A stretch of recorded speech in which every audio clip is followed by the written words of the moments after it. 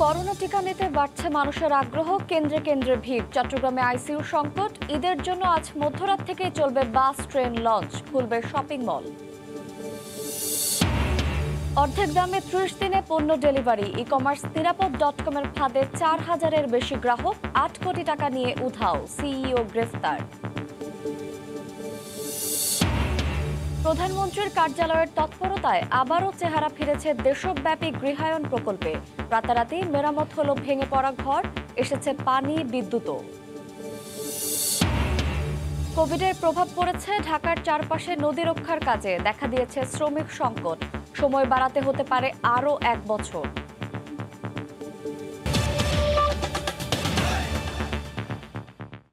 ভোরের সময়ের সঙ্গে আছে আমি শায়লা রহমান ইমা। মডার্না টিকা প্রয়োগের প্রথম দিন গতকাল রাজধানী সহ দেশের ১২টি সিটি কর্পোরেশনে কেন্দ্রে কেন্দ্রে ছিল মানুষের ঢল।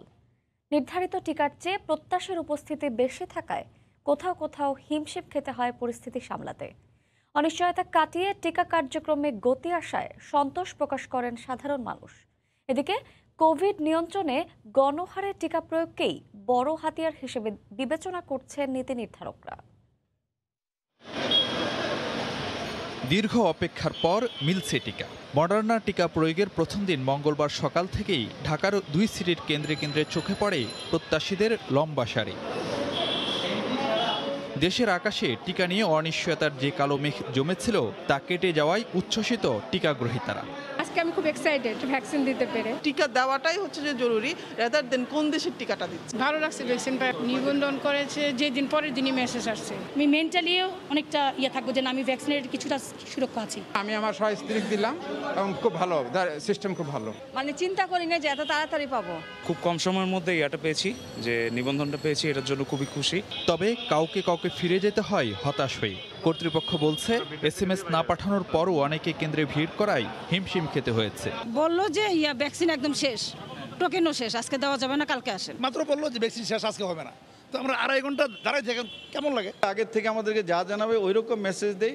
অনেকে আছে ডিফল্টার, যারা আগে মেসেজ পেয়েছে আসে নাই, তারা যখন এখানে আসে তখন হ্রাস বেড়ে যায়। রাজধানীর বাইরে বাকি ১০ সিটি কর্পোরেশন এলাকায়ও গণহারে মডার্না টিকা প্রয়োগের প্রথম দিন দেখা গেছে ব্যাপক উৎসাহ উদ্দীপনা। সুশৃঙ্খল পরিবেশে টিকাটা দিতে পারলাম, খুব ভালো লাগছে। উৎসব মুখর পরিবেশে টিকা দিতে পেরে অত্যন্ত আনন্দিত।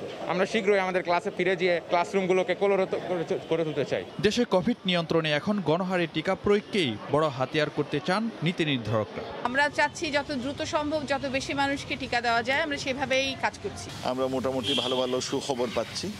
We have been trying hard. আরও ৩ মিলিয়ন আমরা যেটা পেয়েছি ইউরোপিয়ান থেকে আন্ডার কভেক্স, এইগুলো শিপমেন্টের জন্য রেডি হয়ে আছে। Any minute it would come. এদিকে জেলা উপজেলা পর্যায়ে গণহারে সিনোফার্মে টিকা প্রয়োগের দ্বিতীয় দিনেও ছিল উপচে পড়া ভিড়। আর রাজধানীর ৭ কেন্দ্রে প্রবাসীদের দেয়া হচ্ছে ফাইজারের টিকা। ফারুক ভিয়া, রবিন, সময় সংবাদ, ঢাকা। কয়েকদিন ধরে প্রতিদিনই ১১,০০০-এর বেশি করোনা রোগী শনাক্ত হচ্ছেন। প্রতিদিনই মৃত্যুর সংখ্যাও ২০০-র উপরে। এরপরও সচেতন না হয়ে শেষ সময়ে রোগীরা ছুটছেন চিকিৎসা নিতে। আর প্রত্যন্ত অঞ্চলে গুরুতরদের জন্য মিলছে না তাৎক্ষণিক অক্সিজেন সেবাও। সবশেষ গতকাল ২৪ ঘন্টায় সারা দেশে আরও ২০৩ জন মারা গেছেন, শনাক্ত ১২,০০০-এর উপরে। রিপোর্টার ও জেলা প্রতিনিধিদের পাঠানো তথ্য, ছবিতে রিপোর্ট।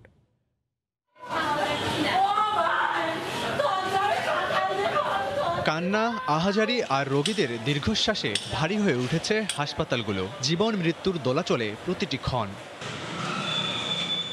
অক্সিজেন সিলিন্ডার নিয়ে স্বজনদের ছুটোছুটি এখন নিত্য ব্যাপার। আইসিইউ সিরিয়াল পেতে পেতে বেঁচে থাকাটাই কঠিন হয়ে পড়ছে। তারপরও পজিটিভ হওয়ার ভয়ে টেস্ট না করিয়ে জ্বর সর্দি নিয়েই দিব্যি ঘুরছেন লোকজন। স্বাস্থ্যবিধি মানার বালাই নেই রোগীর স্বজনদের মাঝেও। আইসিইউ খুবই চাপ এবং সারা রাতি রুগী আসতেছে। আমি রাত ৪টার সময় এনে আমার বাবাকে এখানে ভর্তি করছি। কালকে একটা রোগী মারা গেছে, আপনার গেট পাড়া নিতেই মারা গেছে, নিয়ে ভর্তি করতে পারছে না।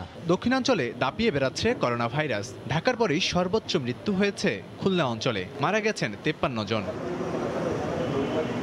চট্টগ্রামেও পাল্লা দিয়ে বাড়ছে মৃত্যুর তালিকা। ২৪ ঘন্টায় বিভাগটিতে মারা গেছেন ৩০ জন।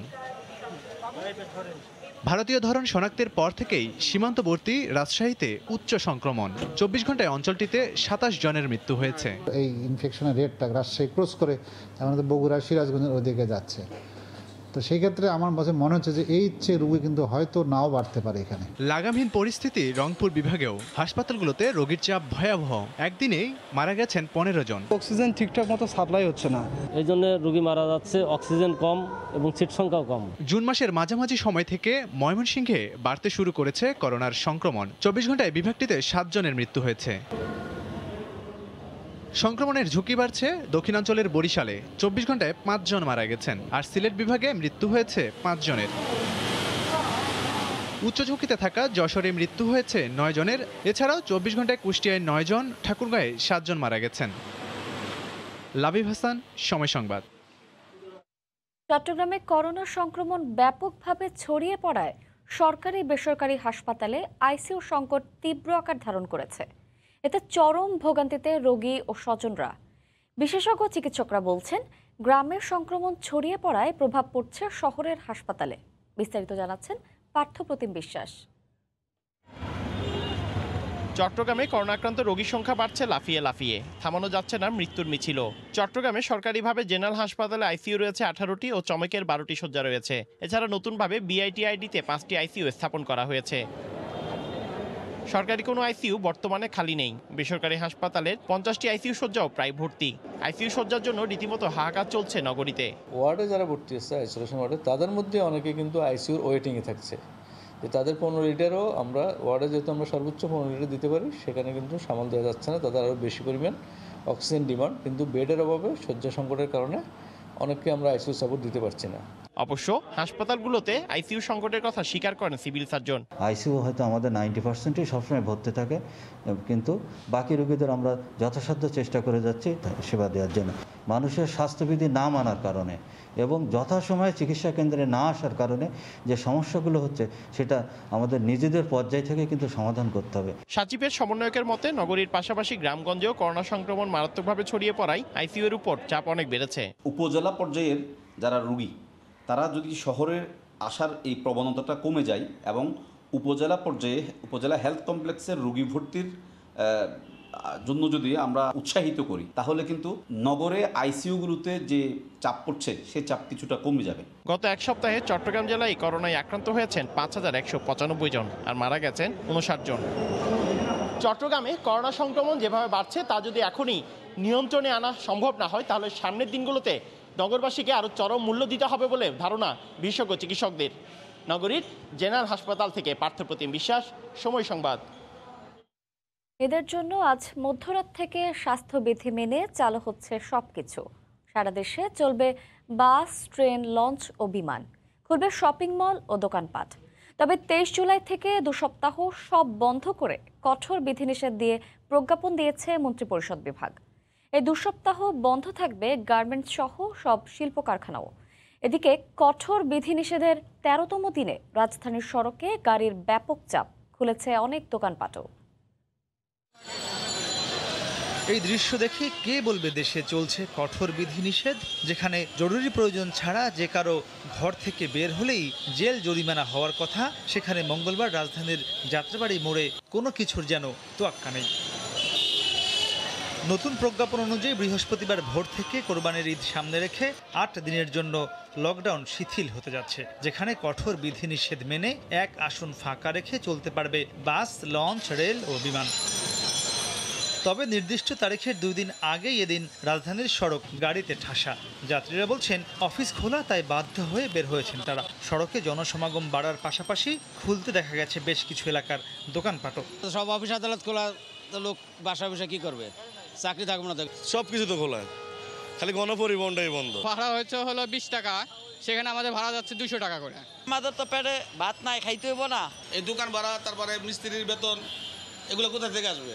এদিকে নতুন প্রজ্ঞাপনে 8 দিন শিথিল রেখে আগামী 23 জুলাই ভোর থেকে 5ই আগস্ট পর্যন্ত আরও কঠোর বিধিনিষেধের ঘোষণা দিয়েছে সরকার, যেখানে সকল ব্যক্তিগত ও গণপরিবহন এবং দোকানপাটের পাশাপাশি বন্ধ ঘোষণা করা হয়েছে সকল শিল্প কলকারখানাও। তবে সীমিত পরিসরে খোলা রেখে আর্থিক প্রতিষ্ঠানের সেবা চালু থাকবে। সকল প্রকার কলকারখানা বন্ধ থাকবে 23 জুলাই থেকে 5 আগস্ট রাত 12টা পর্যন্ত। যানবাহন চলাচল বন্ধ থাকবে। চলমান কঠোর বিধিনিষেধের 13তম দিনে সড়কে আইন শৃঙ্খলা রক্ষা বাহিনীর তৎপরতাও তুলনামূলক কম ছিল। কাগজে কলমে কঠোর বিধিনিষেধ, কিন্তু বাস্তবে প্রায় সবই খোলা। চিকিৎসা বিজ্ঞান বলছে এমন লকডাউন কখনোই ইতিবাচক ফল বয়ে আনবে না। তাই সংশ্লিষ্টরা বলছেন করোনা সংক্রমণ রোধ করতে হলে আরও বাস্তবমুখী পদক্ষেপ নিতে হবে। মাহমুদ রাকিব, সময় সংবাদ, ঢাকা। আগামী 19 তারিখের মধ্যে পোশাক শ্রমিকদের জুন মাসের বেতন ও উৎসব ভাতা পরিশোধ করতে শিল্প মালিকদের নির্দেশনা দিয়েছেন শ্রম প্রতিমন্ত্রী। গতকাল বিকেলে রাজধানীর বিজয়নগরে শ্রম ভবনে এক সভা শেষে এই নির্দেশ দেন তিনি। সরকারের নির্দেশনা মেনে কারখানা চালানোর কথা জানায় মালিকপক্ষ। এ সময় শ্রমিকদের ঝুঁকি ভাতা ও অগ্রাধিকার ভিত্তিতে টিকা দেওয়ার দাবি জানান শ্রমিক নেতারা। করোনাকালে যতবারই আনুষ্ঠানিকভাবে বন্ধ ঘোষণা করা হয়েছে পোশাক কারখানা, ততবারই নানা ধরনের ভোগান্তিতে পড়েছেন শ্রমিকরা। এবার ঈদে যেন তেমন কোনো ভোগান্তিতে পড়তে না হয়, সেজন্য করণীয় ঠিক করতে শ্রম ভবনে মঙ্গলবার বিকেলে মালিকপক্ষ ও শ্রমিক নেতাদের নিয়ে বৈঠকে বসেন শ্রম প্রতিমন্ত্রী। বৈঠকে দ্রুত সময়ের মধ্যে শ্রমিকদের পাওনা পরিশোধ করার পাশাপাশি করোনা ভাইরাস থেকে তাদের সুরক্ষার দাবি জানান শ্রমিক নেতারা। ঝুঁকি ভাতা নিশ্চিত করতে হবে। সরকার মালিক উভয়কে অনুরোধ করব কিভাবে ঈদের পরে গ্রামীণ সরকাররা ভ্যাকসিন পেতে পারে এটা নিশ্চিত করবেন। একটি কারখানায় বিচ্ছিন্ন ঘটনাকে কেন্দ্র করে পরিস্থিতি কিন্তু উত্তপ্ত হয়, এই বিষয়গুলো আমাদেরকে মাথায় রাখতে হবে। মালিকরা জানান শিল্পের স্বার্থে সরকারের সব ধরনের নির্দেশনা বাস্তবায়ন করবেন তারা। বেতন বোনাস আমাদের দিতে হবে এবং ইনশাআল্লাহ আমরা দিয়ে দেব। শ্রমিক ভাই বোনেরা যদি ভালো থাকে, আমার প্রতিষ্ঠান ভালো চলবে, আমার ব্যবসা ভালো চলবে। কোভিড সিচুয়েশনকে মোকাবেলা করার জন্য যেই সিদ্ধান্তই নেক না কেন, ডেফিনেটলি আমরা সরকারের সেই সিদ্ধান্তের সাথে একমত থাকব। এ সময় ঈদের ছুটিতে শ্রমিকদের দূরের গন্তব্যে না যাওয়ার আহ্বান জানিয়ে ঈদের ছুটির আগেই বেতন ভাতা পরিশোধে মালিকদের নির্দেশ দেন শ্রম প্রতিমন্ত্রী। 19 তারিখের মধ্যেই জুন মাসের বেতন এবং বোনাস পরিশোধ করিবেন প্রত্যেক গার্মেন্টসের মালিক। ছুটিতে শ্রমিকরা বাড়ি গেলে ছুটি শেষে কঠোর লকডাউনের মধ্যে কিভাবে কর্মক্ষেত্রে ফিরবে সে বিষয়ে কোনো দিক নির্দেশনা আসেনি শ্রমিক মালিক সরকার তিন পক্ষের এই বৈঠক থেকে। কামরুল হাসান সবুজ, সময় সংবাদ, ঢাকা। করোনায় আয় কমে যাওয়া মানুষের কাছে টিসিবির পণ্য যেন সোনার হরিণ। লাইনে দীর্ঘ অপেক্ষার পর অনেককেই ফিরতে হয় খালি হাতে। আরও বেশি মানুষকে এই সেবার আওতায় আনার তাগিদ দিলেন বিশ্লেষকরা। বড় অঙ্কের ভর্তুকি দেওয়ার পরও বাণিজ্য মন্ত্রণালয় বলছে আগামী মাস থেকে বাড়ছে টিসিবির বিক্রি কার্যক্রম। কামরুল হাসান সবুজের রিপোর্ট। টিসিবির ট্রাক আসেনি, এসেছে মানুষ। অপেক্ষা যত দীর্ঘই হোক না কেন সুলভ মূল্যের তেল, চিনি ও মসুর ডাল নিয়েই ঘরে ফিরতে চান তারা। টিসিবির পণ্য কখন আসবে তাই অপেক্ষায় আছে। সংসার যেমন আয় এমন ব্যয় করতে হবে। অনেক সাশ্রয়ী পাওয়া যায় বলে ঘন্টা হলো আমরা এখানে এসে ওয়েট করি। রাজধানী ঘুরে দেখা গেল এবার প্রায় সবখানেই ট্রাকে করে টিসিবির পণ্য বিক্রির 3 ঘন্টার মধ্যেই শেষ। কারণ বাজার দরের চেয়ে 180 টাকা কমে 5 লিটার সয়াবিন, 20 টাকা ও 15 টাকা কমে মিলছে 1 কেজি করে ডাল, চিনি। ছেলে মেয়ে নিয়ে অনেক কষ্টে ভাই চলতেছে। আমরা যে সব পরিমাণ মানুষ দাঁড়াই, অর্ধেক লোক পার হইতে হইতে তেল শেষ বা চিনি শেষ। তথ্য বলছে এবারের কার্যক্রম চালাতে সরকারি এ বিপণন সংস্থাটিকে প্রতিদিন ভর্তুকি দিতে হচ্ছে তেল বাবদ গড়ে 1,53 লাখ টাকা এবং ডাল চিনিতে 71 লাখ টাকা। বিপরীতে 450 ট্রাকে সর্বোচ্চ বরাদ্দ ধরলেও দেশব্যাপী 2 লাখ মানুষও পাচ্ছে না টিসিবির ডাল, তেল, চিনি। করোনাকালে দরিদ্র মানুষের সংখ্যা যখন দিন দিন বাড়ছে, সেখানে দ্রুত এমন কার্যক্রমের পরিসর বাড়ানোর তাগিদ অর্থনীতি বিশ্লেষকদের। এই ধরনের সাপোর্ট যত বেশি সংখ্যক লোককে আরো বেশি পরিমাণে যদি দেওয়া সম্ভব হয় দেওয়া উচিত। মোটেও চিন্তা করা উচিত না যে আমাদের ট্যাক্সের টাকা থেকে কত টাকা ভর্তুকি আমরা দিচ্ছি। সত্যিকার অর্থে এইসব জায়গায় তো ভর্তুকি যাওয়া উচিত। জীবন বাঁচানোর থেকে বড় মিশন আর সরকারের কিছু নাই। পরিস্থিতি বিবেচনায় আরও কিছু পণ্য যুক্ত করা এবং বরাদ্দের পরিমাণ বাড়ানোর সিদ্ধান্তের কথা জানালেন বাণিজ্য সচিব। ঈদের পরবর্তীতে যে স্লটে এই বিপণনে যাব, তখন আরো বেশি পণ্য বাজারজাত করার পরিকল্পনা আমাদের আছে। কোন পদ্ধতিতে এই কার্যক্রম চালালে ভর্তুকি কমিয়ে সেবার আওতা আরও বাড়ানো সম্ভব তা নিয়েও কাজ চলছে বলে জানান সংশ্লিষ্টরা। কামরুল হাসান সবুজ, সময় সংবাদ, ঢাকা। গেল বছরের মতো এবারও করোনায় নতুন প্রণোদনা ঘোষণা করলেন প্রধানমন্ত্রী শেখ হাসিনা। দ্বিতীয় ঢেউয়ে কঠোর বিধিনিষেধে কাজ হারানো বিভিন্ন পেশার শ্রমজীবী ও নিম্নবিত্ত মানুষের জন্য নতুন 5টি প্যাকেজ ঘোষণা করেন তিনি। এই প্যাকেজের আওতায় 3200 কোটি টাকার সহায়তা দেওয়া হবে। প্রাণঘাতী করোনায় রুগ্ন স্বাস্থ্য খাতে শুধু মানুষের মৃত্যুই নয়, বিপর্যয় ঘটে গেছে কোটি কোটি মানুষের জীবিকার প্রশ্নে। জীবন ও জীবিকার মধ্যে সমন্বয় রেখে দেশ পরিচালনার নীতিতে মানুষ কিছুটা রক্ষা পেলেও দীর্ঘ সময় কঠোর বিধিনিষেধে কাজ বন্ধ হয়ে সহায় সম্বল হারানোর সংখ্যাটাও নেহাত কম নয়। দেশে ভারতীয় ভ্যারিয়েন্টের প্রভাব বেড়ে যাওয়ার পর থেকে থেমে থেমে বিধিনিষেধের ঘোষণা আসতে থাকে সরকারের তরফ থেকে। চলতি মাসের প্রথম দিন থেকে এর ব্যাপকতা বাড়লে আবারও হাহাকারের কান্না জমে সমাজের নানা প্রান্তে। দ্বিতীয় ঢেউ সামলাতে গিয়ে যারা চরম আর্থিক দুর্দশায় পড়েছেন এমন শ্রেণীর সহায়তার জন্য এবারও 5টি প্রণোদনা প্যাকেজের ঘোষণা দিলেন প্রধানমন্ত্রী শেখ হাসিনা। তার কার্যালয় সূত্রে জানা গেছে, দিনমজুর, পরিবহন শ্রমিক, নৌ পরিবহন শ্রমিক, ক্ষুদ্র ব্যবসায়ীরা প্রত্যেকে নগদ 2,500 টাকা করে পাবেন। এ খাতে মোট বরাদ্দ 450 কোটি টাকা। শহর এলাকায় নিম্নবিত্ত মানুষের জন্য খোলা বাজার পরিচালনায় 150 কোটি টাকা। 333 নম্বরে ফোন করে খাদ্য সহায়তা পেতে জেলা প্রশাসকদের অনুকূলে 100 কোটি টাকা। গ্রামীণ এলাকায় কর্মসৃজনে ঋণ সহায়তা বাবদ 1,500 কোটি টাকা এবং পর্যটন খাতের হোটেল, মোটেল, থিম পার্কের কর্মচারীদের বেতন পরিশোধে ঋণ বাবদ 1,000 কোটি টাকা দেয়া হবে বিশেষ প্যাকেজের আওতায়। গেল বছরেও পরিস্থিতি সামাল দিতে শ্রমজীবী সহ সমাজের বিভিন্ন শ্রেণী পেশার মানুষের জন্য প্রধানমন্ত্রীর তরফ থেকে 23টি প্যাকেজে 1,28,441 কোটি টাকা প্রণোদনা দেওয়া হয়েছিল। দেবাশিস রায়, সময় সংবাদ, ঢাকা। মুন্সিগঞ্জের রায়পুরায় বৃষ্টিতে ভেঙে পড়া প্রধানমন্ত্রীর উপহারের ঘরের চেহারাই পাল্টে গেছে রাতারাতি। শুধু মেরামতি নয়, নদী তীরও ব্লক দিয়ে বাধাই করে ফেলা হয়েছে। কয়েক ঘন্টায় এসে গেছে পানি ও বিদ্যুৎ। সৌরভ ছড়াচ্ছে বৃক্ষ, এতে উপকারভোগীরা দারুণ খুশি। আবু সাইদের ক্যামেরায় মুন্সিগঞ্জের আশ্রয়ণ প্রকল্পের সেই গল্প জানাচ্ছেন নাসিরউদ্দিন উজ্জ্বল। মুন্সিগঞ্জের গজারিয়া উপজেলার বড় রায়পাড়া আশ্রয়ণ কেন্দ্র। মেঘনা তীরঘেঁষা আশ্রয়ণ কেন্দ্রটি নান্দনিক রূপান্তরের আগের গত 5 জুলাইয়ের দৃশ্য, যা সামাজিক যোগাযোগ মাধ্যমে ভাইরাল হলেই দ্রুত দৃশ্যপট পাল্টে যায়। যা ছিল একেবারেই তলানিতে, এখন তা সৌন্দর্যের শীর্ষে। কয়েক ঘন্টার মধ্যে বিদ্যুৎ সংযোগ, গভীর নলকূপ, রাস্তা, মাঠ সহ স্বপ্নের বাড়িতে সবই পেয়ে গেছেন এখন। কংক্রিটের ঢালাই দিয়ে শুধু মেরামতি নয়, পুরো কম্পাউন্ড সুরক্ষা করা হয়েছে। বারান্দার একটি অংশ ভেঙে যায়, তো এটা একদিনে মেরামতযোগ্য একটি বিষয় ছিল এবং আমরা একদিনের মধ্যে মেরামত করে দিয়েছি। তারপর আমাদের যে সামনে একটু ছোট গর্ত ছিল সেটাও আমরা বালি দিয়ে ভরাট করে আমাদের এখানে বৃক্ষরোপণ কার্যক্রম চলমান ছিল, আমরা বৃক্ষ লাগিয়ে দিয়েছি এবং এই পুরো আশ্রয়ণ প্রকল্প এরিয়াটি রক্ষার জন্য আমরা গাইড ওয়াল নির্মাণ করে দিয়েছি। আর বৃষ্টিতে বারান্দা ধসে যাওয়ার ঘটনায় এইভাবে সবকিছু বদলে যাওয়ায় রীতিমতো বিস্মিত উপকারভোগীরা। প্রাকৃতিক দুর্যোগের কারণে এটা হয়েছে, এটা আমরা রাতারাতি সমাধান করে দিয়েছি। বৃষ্টির পানিতে বারিন্দাটা ভেঙে দেওয়ার পরে আবার দিনের চাহিদার মতন আমরা কারেন্ট, বিদ্যুৎ, পানি সবকিছুই পাইছি। এখানে যে টিউবওয়েল গাইরা দিয়েছেন, রাতারাতি বিদ্যুৎ ঘরে ঘরে পৌঁছাই দিয়েছেন। গাছ গাড়া লাগাইছে, আম গাছ লাগাইছে, ওই নারকেল গাছ লাগাইছে। মুজিববর্ষে জেলায় 2 ধাপে 833টি পরিবারের জন্য ঘর বরাদ্দ করা হয়েছে। 70% জমির উপর প্রায় 48 লাখ টাকা ব্যয়ে 28টি পরিবারের স্থায়ী ঠিকানা করে দেওয়া হয়েছে এই আশ্রয়ণ কেন্দ্রে। মুন্সিগঞ্জের বড় রায়পাড়া থেকে নাসিরউদ্দিন উজ্জ্বল, সময় সংবাদ। করোনা আর লকডাউনের নেতিবাচক প্রভাব পড়তে শুরু করেছে ঢাকার চারপাশের নদী তীর রক্ষার কাজেও।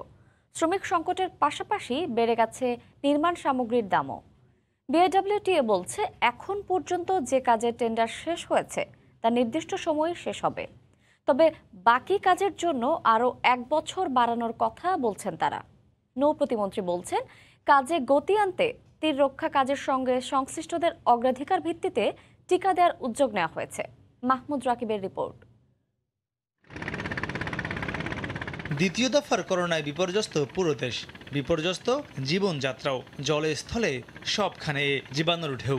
এতে চলমান অন্য উন্নয়ন প্রকল্পের মতো প্রভাব পড়েছে ঢাকার চারপাশের নদী রক্ষার কর্মযজ্ঞেও। আগামী বছরের জুনে শেষ হওয়ার কথা চলমান কাজ, তবে করোনার প্রভাবে কিছুটা ধীরগতি সে কাজে। সংশ্লিষ্টরা জানান, লকডাউনের কারণে শ্রমিক সংকট ও নির্মাণ সামগ্রীর দাম বেড়ে যাওয়ায় এ বিপত্তি। এছাড়া নতুন আরডিবি পাস না হওয়া পর্যন্ত নদী স্থায়ীভাবে দখলমুক্ত রাখতে নতুন যুক্ত হওয়া 25 কিলোমিটার কিওয়াল ও ওয়াক অন পাইলের টেন্ডার করা যাচ্ছে না। সব মিলিয়ে প্রকল্পের মেয়াদ আরও 1 বছর বাড়ানো উচিত বলে মনে করেন প্রকল্প সংশ্লিষ্টরা।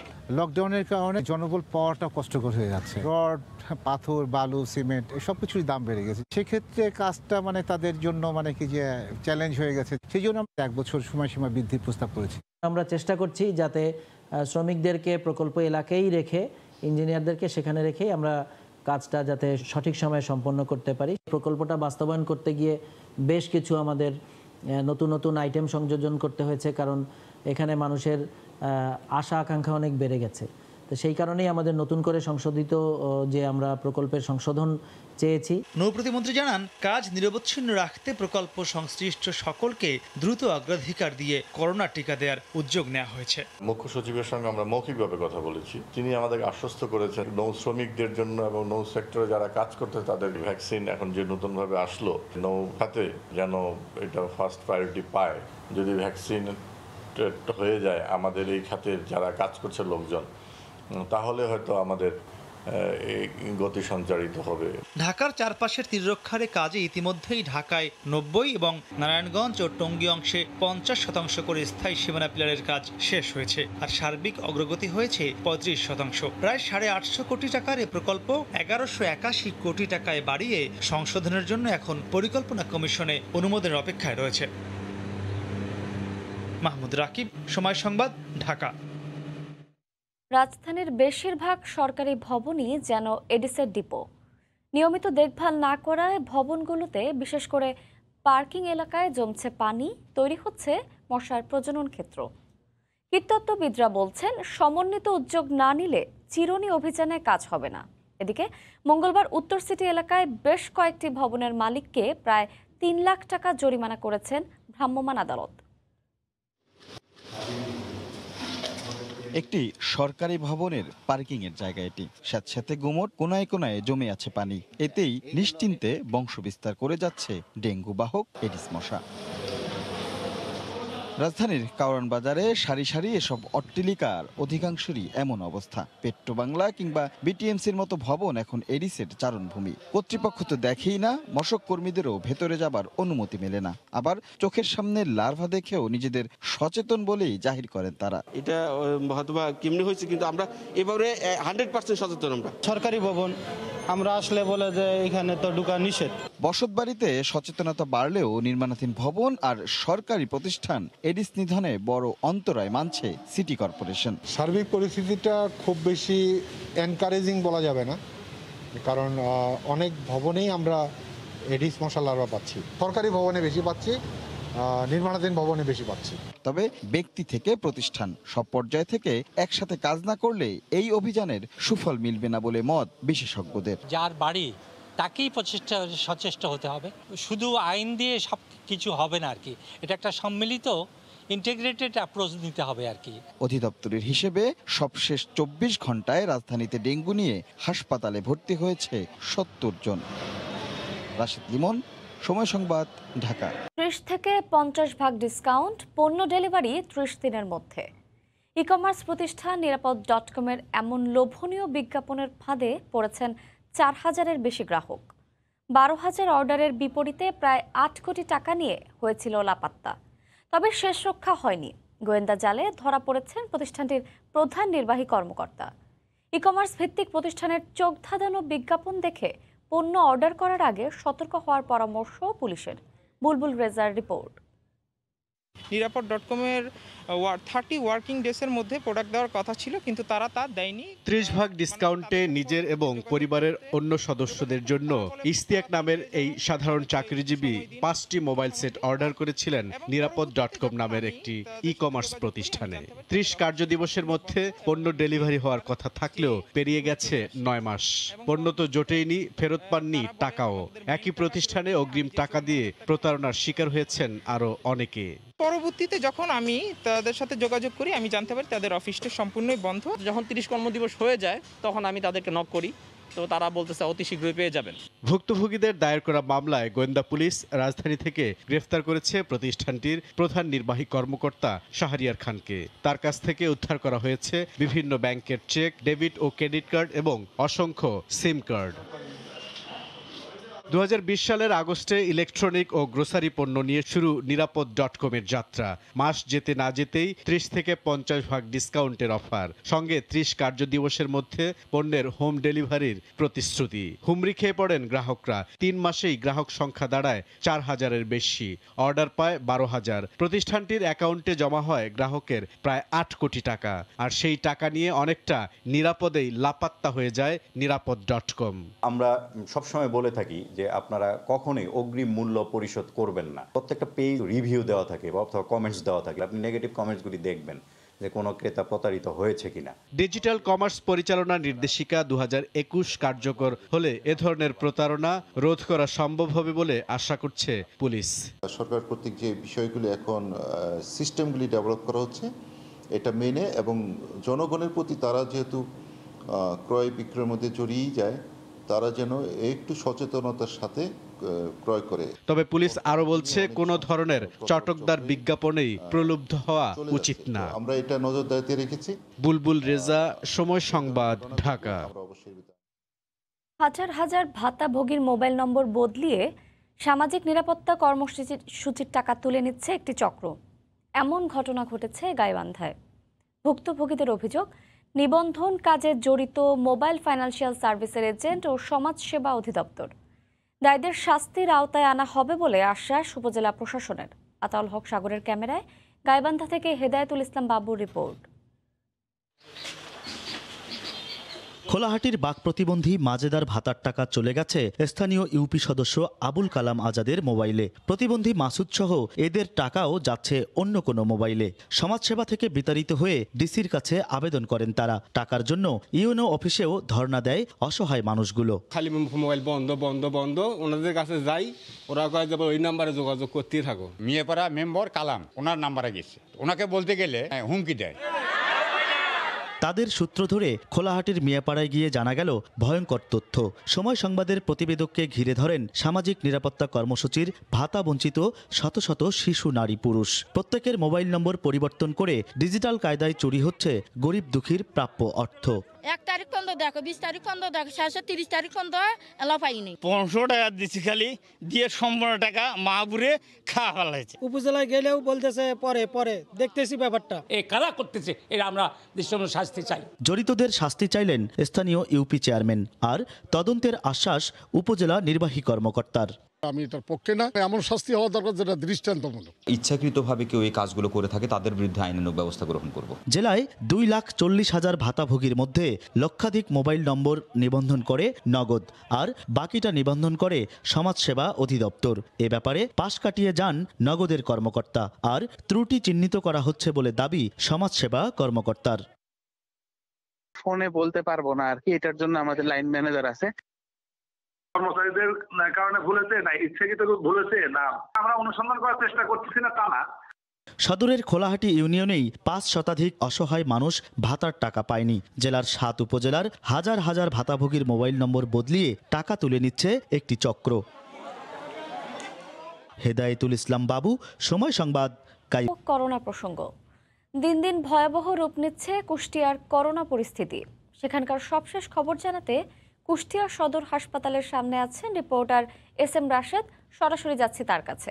রাশেদ, প্রতিনিয়ত বৃদ্ধি পাচ্ছে করোনা আক্রান্ত রোগীর সংখ্যা। গত 24 ঘন্টায় শুধুমাত্র কুষ্টিয়াতে আক্রান্ত হয়েছে 302 জন। এছাড়া কিন্তু এর সাথে সাথে কিন্তু গত কয়েকদিনের তুলনায় কিন্তু মৃত্যু সংখ্যাও কিন্তু কমে আসছে।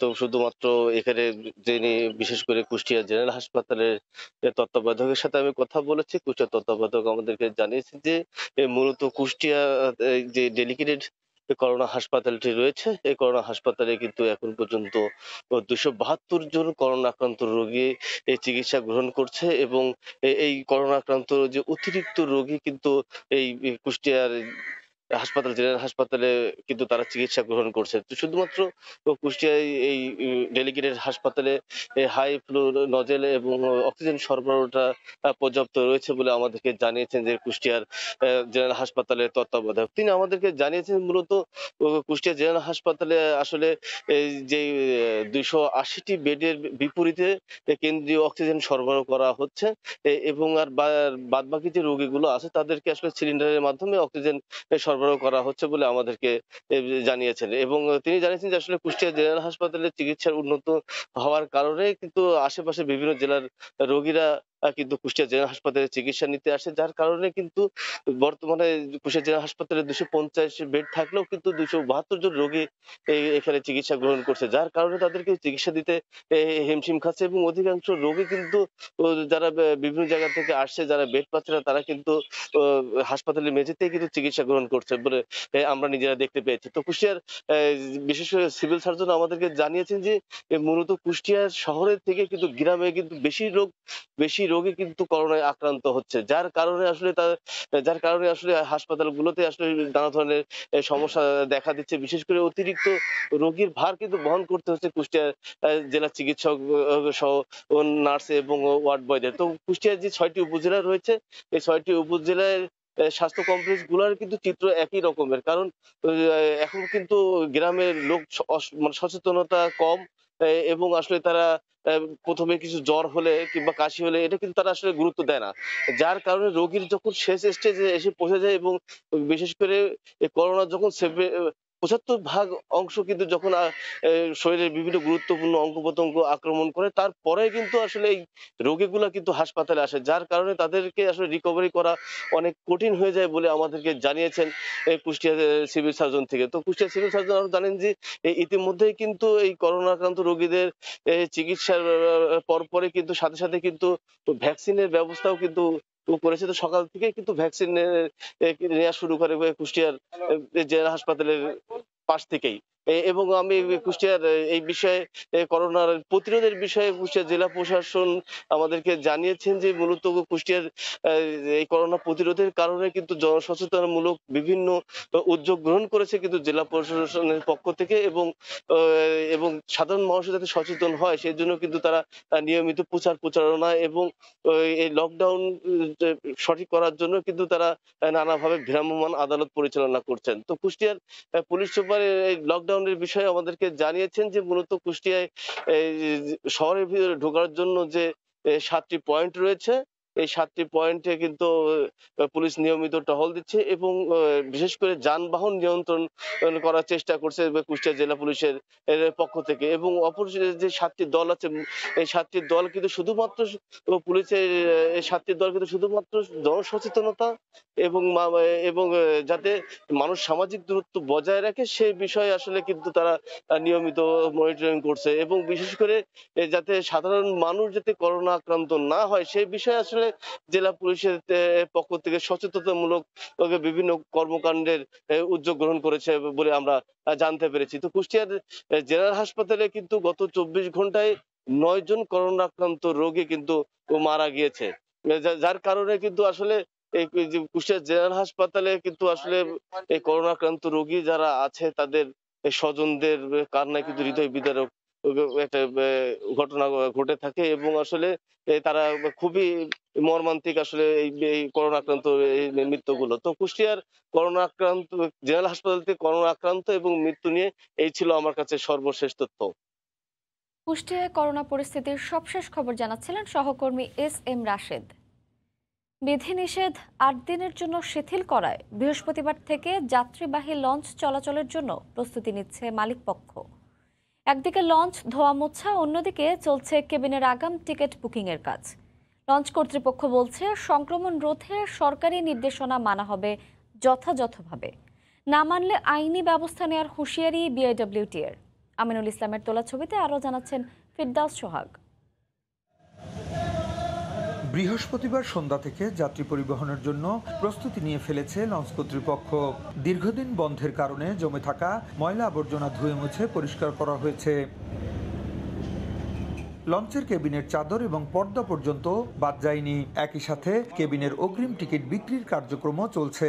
সংক্রমণ থেকে রক্ষায় সবাইকে সচেতন হতে হবে বলে মনে করেন যাত্রীরা। আমার মেয়ে আসবে ওই জন্য টিকিট নেওয়ার জন্য আসছি এবং টিকিট পাওয়া গেছে। সরকার এবার এই সিদ্ধান্তটা নিয়েছে, এই সিদ্ধান্তটাকে আমরা খুবই সাধুবাদ জানাই। স্বাস্থ্যবিধি মানাটা এখন আমাদের জন্য খুবই জরুরি। এটা সরকারের শুধু একলা দায়িত্ব না, আমাদের সবারই দায়িত্ব।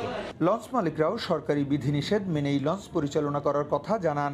আমাদের লঞ্চে এখন জীবাণুনাশক ব্যবহার করে সমস্ত কিছু পরিষ্কার পরিচ্ছন্ন করা হচ্ছে। সাথে সাথে আমাদের মোবাইল এবং অনলাইনে টিকিট দেওয়ার প্রস্তুতি চলছে। চেষ্টা করব সরকারের আইন অনুযায়ী জনসাধারণকে উদ্বুদ্ধ করা। আর বিআইডব্লিউটিএ কর্তৃপক্ষ বলছে স্বাস্থ্যবিধি না মানলেই ব্যবস্থা নেওয়া হবে। সরকার ইতিপূর্বে যে সমস্ত সিদ্ধান্ত দিয়েছে সেই সিদ্ধান্তগুলি যাতে সঠিকভাবে মানা হয় সেই বিষয়টা আমরা নিশ্চিত করব বিআইডব্লিউটির তরফ থেকে। এ দফায় 22 দিন বন্ধ ছিল লঞ্চ। ঢাকা বরিশাল নৌপথে বিলাসবহুল 22টি বৃহৎ লঞ্চ চলাচল করে। ফিরদাউস সোহাগ, সময় সংবাদ, বরিশাল। কঠোর বিধিনিষেধ শিথিল না হতেই ঈদে ঘরমুখী মানুষের ভিড় বাড়ছে মুন্সিগঞ্জের শিমুলিয়া ঘাটে। পণ্যবাহী ট্রাক ও জরুরি পরিষেবার পাশাপাশি প্রাইভেট কার, মাইক্রো ও বাইকও পার হচ্ছে। এ বিষয়ে বিস্তারিত জানাতে ঘাট এলাকায় আছে রিপোর্টার নাসির উদ্দিন উজ্জ্বল। সরাসরি যাচ্ছে তার কাছে।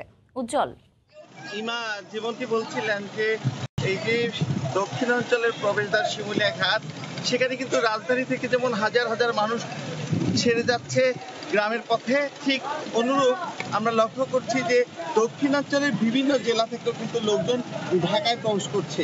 আগামীকাল থেকে যে বিধিনিষেধ শিথিল করা হচ্ছে সেই ঘোষণা সত্ত্বেও কিন্তু লোকজনের যে পদচারণা সেটি থামছে না এবং যারা আসছেন রাজধানী ঢাকা থেকে তারা বলছিলেন যে লকডাউন শিথিল হওয়ার পর এই ভিড় আরো বেড়ে যাবে, সে কারণেই তারা পরিবার পরিজন নিয়ে গ্রামে ঈদ করতে যাওয়ার চেষ্টা করছেন। আর অনেকে নানা রকম প্রয়োজনের কথা বলছেন, আবার কেউ নানা রকম অজুহাতের কথা বলছেন, কিন্তু আমরা লক্ষ্য করছি এখানে কিন্তু স্বাস্থ্যবিধির বালাই নেই এবং এখানে যে লকডাউনের শিথিলতা আছে, শিথিলতার আগে যে যাত্রী এবং যান পারাপার নিষেধ করা হয়েছে বিআইডব্লিউটিসি থেকে, এবং একই সঙ্গে এখানে শুধু পণ্যবাহী যান এবং অ্যাম্বুলেন্স পার করবার কথা রয়েছে, তার বাইরেও কিন্তু আপনারা লক্ষ্য করছেন বিভিন্ন ধরনের যান কিন্তু ফেরিতে আছে এবং এর মধ্যে মাইক্রো, প্রাইভেট এরকম যানই কিন্তু বেশি লক্ষ্য করা যাচ্ছে। এবং এখানে যে ভাষা সৈনিক ডাক্তার গোলাম মাওলা নামে ফেরিটি, সেটি কিন্তু একটু আগেই এখানে থামার পর এখন নতুন করে লোড নেওয়া হচ্ছে মাদারীপুরে বাংলা বাজারের উদ্দেশ্যে, এটা ছেড়ে যাবে। সেখানে কিন্তু আমরা দেখছি যে পণ্যবাহী ট্রাকের চাইতে কিন্তু সেখানে ছোট ছোট গাড়ির সংখ্যা অনেক বেশি। আর কিছুক্ষণ আগে 1 নম্বর ঘাট থেকে যে ফেরি কুমিল্লা ছেড়ে গেছেন, সেখানে কিন্তু অনেক লোকজন যারা রাজধানী ছাড়ছেন তারা আমরা দেখছি যে ঝুলে ঝুলে সিঁড়ির মধ্যে দাঁড়িয়ে আছেন, পা রাখবার জায়গা নেই সেই অবস্থায় কিন্তু তারা পদ্মা পাড়ি দেওয়ার চেষ্টা করছেন। এবং বিআইডব্লিউটিসি বলছে যে এখানে পথে পথে যে বিভিন্ন চেকপোস্ট রয়েছে, আইন শৃঙ্খলা বাহিনী দায়িত্বে আছেন, তারপরেও কিন্তু সমানে মানুষ এখানে আসছে এবং যেসব পরিবহন করবার কথা নয় সেই পরিবহনগুলো কিন্তু এসে এই অপেক্ষা করছে এই ঘাটের মাঠে। এবং সেখানে কিন্তু ট্রাকের যেমন লম্বা লাইন রয়েছে, আমরা দেখছি ছোট ছোট গাড়িরও লম্বা লাইন রয়েছে। এবং এইখানে যে বহরের 17টি ফেরি রয়েছে, সেই 17টি ফেরির মধ্যে কিন্তু তারা বলছেন যে 11টি ফেরি দিয়ে যানবাহন পারাপার করা হচ্ছে এবং পদ্মা উত্তাল থাকবার কারণে কিন্তু পারাপারের সময় লেগে যাচ্ছে প্রায় 1.5 গুণ।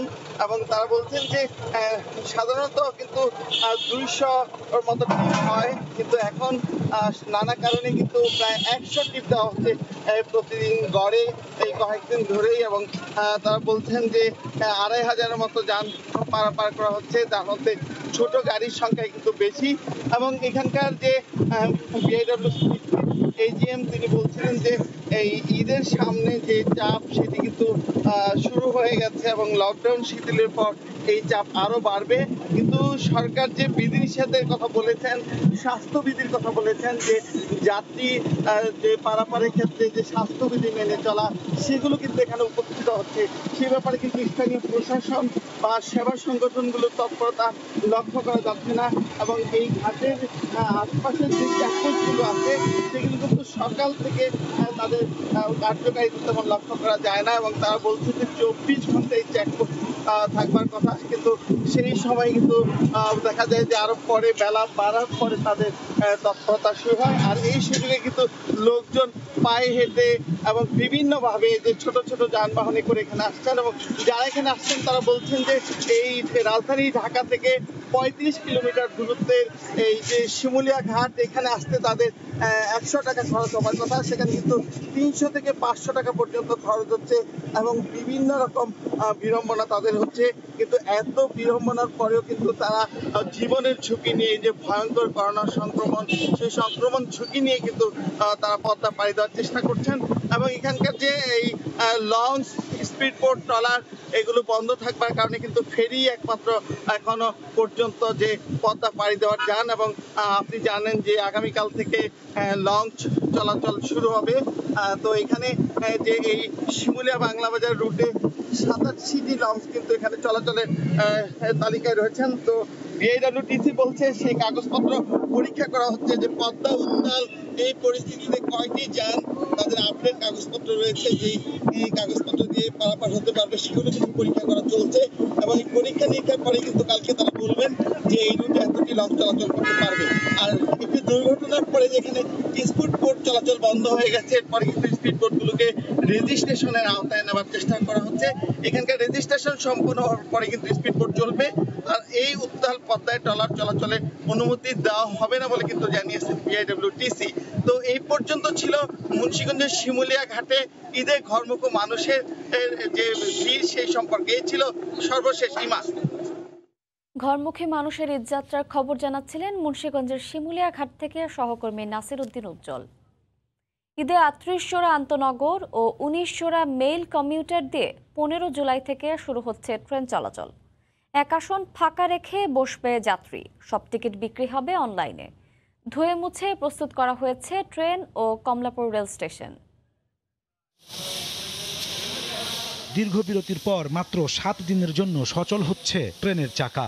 সারা দেশে 38 জোড়া আন্তনগর ও 19 জোড়া মেইল কমিউটার ট্রেন দিয়ে সীমিত আকারে চলবে ট্রেন। এক সিট ফাঁকা রেখে বসবেন যাত্রী। 50% টিকিটের পুরোটাই বিক্রি হবে অনলাইনে। মন্ত্রী জানান, মাস্ক ব্যতীত কোনো যাত্রী ট্রেনে উঠতে পারবেন না। উইদাউট মাস্ক কোনো ট্রেনে কোনো যাত্রী উঠতে পারবে না, তো ঢুকতেই পারবে না প্ল্যাটফর্মে। ঢোকার সময় আমরা স্যানিটাইজ করে দেবো তাদেরকে। সমস্ত স্বাস্থ্যবিধি মেনে আমরা এই ট্রেন পরিচালনা করব এই 15 তারিখ থেকে। ট্রেন চালাতে প্রস্তুত করা হয়েছে কমলাপুর রেল স্টেশন। জীবাণুনাশক ছেটানোর পাশাপাশি ধুয়ে মুছে পরিষ্কার করা হয়েছে প্ল্যাটফর্ম। অলস পড়ে থাকা ট্রেনগুলোর ভেতরে স্প্রে করা ছাড়াও পরিষ্কার পরিচ্ছন্ন করা হয়েছে ট্রেনের জানালা, সিটের হাতল সহ বসার আসন। জীবাণুনাশক ছড়ানোর পরে আমরা ধুলাবালি সব মুছতাছি, ভালো করে পরিষ্কার করতেছি। ফুল পাউডার দিছি, সুডা দিছি, লিসেন পাউডার দিছি। তিনও শিফটে আমাকে ধুলাই চলতে আছে প্রতিদিন। জীবাণুনাশক এর জন্য আমরা স্প্রে করতেছি। রেল লাইন পরিদর্শন, ইঞ্জিন পরীক্ষা নিরীক্ষা শেষে কর্মকর্তারা বলছেন বৃহস্পতিবার থেকে ট্রেন চালাতে প্রস্তুত হয়েছে কমলাপুর রেল স্টেশন। প্রস্তুতি আমাদের সম্পন্ন করা আছে। আমরা আমাদের জীবাণুনাশক স্প্রে সহ অন্যান্য যে স্বাস্থ্যবিধি মানার জন্য যে সকল প্রস্তুতি আমরা সম্পন্ন করে রেখেছি। যাত্রার 5 দিন আগ পর্যন্ত আগাম টিকিট অনলাইন থেকে সংগ্রহ করা যাবে। নাজমুস সালেহী, সময় সংবাদ, ঢাকা। ঢাকা চট্টগ্রাম মহাসড়কে লাঙ্গল বন্ধে মেরামত কাজের কারণে ঢাকা চট্টগ্রাম মহাসড়কে যান চলাচল বন্ধ রয়েছে। বিকল্প হিসেবে কাঁচপুর, নরসিংদী, ব্রাহ্মণবাড়িয়া, কুমিল্লা মহাসড়কে যান চলাচল বেড়েছে। এ অবস্থায় যানবাহনের চাপ বেড়েছে কুমিল্লা সিলেট মহাসড়কের ব্রাহ্মণবাড়িয়া অংশে। এ বিষয়ে বিস্তারিত জানাতে এই মুহূর্তে ব্রাহ্মণবাড়িয়া ভাদুগড় এলাকায় আছেন রিপোর্টার উজ্জ্বল চক্রবর্তী। সরাসরি যাচ্ছি তার কাছে। উজ্জ্বল। ইমা, আমি এই মুহূর্তে দাঁড়িয়েছি ব্রাহ্মণবাড়িয়া শহর বাইপাস ভাদুগড় এলাকায়। আপনাকে জানিয়ে রাখি, ঢাকা চট্টগ্রাম মহাসড়কের নারায়ণগঞ্জের যে লাঙ্গলবন সেতু আছে, অর্থাৎ কাশপুর এবং মেঘনা সেতুর মাঝামাঝি যে লাঙ্গলবন সেতু আছে, সেই সেতুটি কিন্তু গতকাল সকাল 8টা থেকে মেরামত কাজ শুরু হয়েছে। মেরামত কাজ শুরু হওয়ার পর থেকে যানবাহনগুলোকে বলা হয়েছিল সকাল 8টা থেকে রাত 10টা পর্যন্ত সেতুর এক পাশ দিয়ে চলাচল করার জন্য, কিন্তু ঢাকা চট্টগ্রাম মহাসড়কে তীব্র যানজট সৃষ্টি হওয়ার কারণে কিন্তু গতকাল সকাল থেকেই বিকল্প সড়ক হিসেবে কাশপুর, ভুলতা, নরসিংদী, ভৈরব এবং ব্রাহ্মণবাড়িয়ার বিশ্ব রোড হয়ে কুমিল্লা সিলেট মহাসড়ক দিয়ে কিন্তু বিকল্প সড়ক দিয়ে যানবাহনগুলোকে চলাচল করার জন্য সড়ক বিভাগের পক্ষ থেকে বলা হয়েছে। যার কারণে কিন্তু গতকাল সকাল থেকে কিন্তু এই কুমিল্লা সিলেট মহাসড়কে অন্তত 50 কিলোমিটার এলাকা জুড়ে তীব্র যানজটের সৃষ্টি হয়েছে, যার অবস্থা এখনও কিন্তু বিদ্যমান আছে। আমি আপনাকে জানিয়ে রাখি, আজ সকাল থেকে কিন্তু ব্রাহ্মণবাড়িয়া বিশ্ব রোড এলাকা থেকে কোম্পানিগঞ্জ অর্থাৎ কুমিল্লার মুরাদনগরের উপজেলার কোম্পানিগঞ্জ পর্যন্ত অন্তত 50 কিলোমিটার মতো যানজট সৃষ্টি হয়েছে বলে আমাদেরকে স্থানীয় ট্রাফিক বিভাগের পক্ষ থেকে জানানো হয়েছে। আমরা কথা বলেছিলাম যানবাহনে আটকে পড়া ঘন্টার পর ঘন্টা এই মহাসড়কে আটকে পড়া যানবাহনের চালকদের সাথে। তারা বলছেন যে তাদের যানবাহন অর্থাৎ এখন তো যেহেতু গণপরিবহন বন্ধ, শুধু মালবাহী লরি এবং ট্রাক সহ যে পণ্য পরিবহনের যানবাহনগুলো সেগুলো কিন্তু এই মহাসড়কে চলাচল করছে। এই পণ্য পরিবহনের মধ্যে কাঁচা যে পণ্য আছে, বিশেষ করে ফল, আম, কাঁঠাল, পাশাপাশি বিভিন্ন সবজি, এবং আপনি জানেন যে সামনে কোরবানিদের অনেকগুলো যানবাহন আমরা যে পণ্যবাহী যানবাহনে কিন্তু আমরা কোরবানির পশু কিন্তু দেখেছি। যানবাহনের চালকরা বলছেন যে দীর্ঘ 8 থেকে 10 ঘন্টা তারও বেশি সময় ধরে মহাসড়কে আটকে পড়ার কারণে কিন্তু যে কোরবানির যে গবাদি পশুগুলো আছে সেগুলো কিন্তু যে রক্ষণাবেক্ষণ বা তাদেরকে যে খাওয়া দেওয়া দরকার সেটি কিন্তু দেওয়া সম্ভব হচ্ছে না, যার কারণে অনেক গবাদি পশু কিন্তু অসুস্থ হয়ে পড়ছে। তেমনিভাবে আপনাকে জানিয়ে রাখি, এখানে যে সড়কটি আছে অর্থাৎ কুমিল্লা সিলেট মহাসড়ক, সেই সড়কটি কিন্তু স্বাভাবিক নিয়মে কিন্তু 25,000 দৈনিক 25,000 যানবাহন চলাচল করে, কিন্তু তীব্র যানবাহনের চাপ বাড়ার কারণে এই সড়কটি দিয়ে প্রায় এখন লক্ষাধিক পরিমাণ যানবাহন চলাচল করছে বলে ট্রাফিক বিভাগের পক্ষ থেকে জানানো হয়েছে।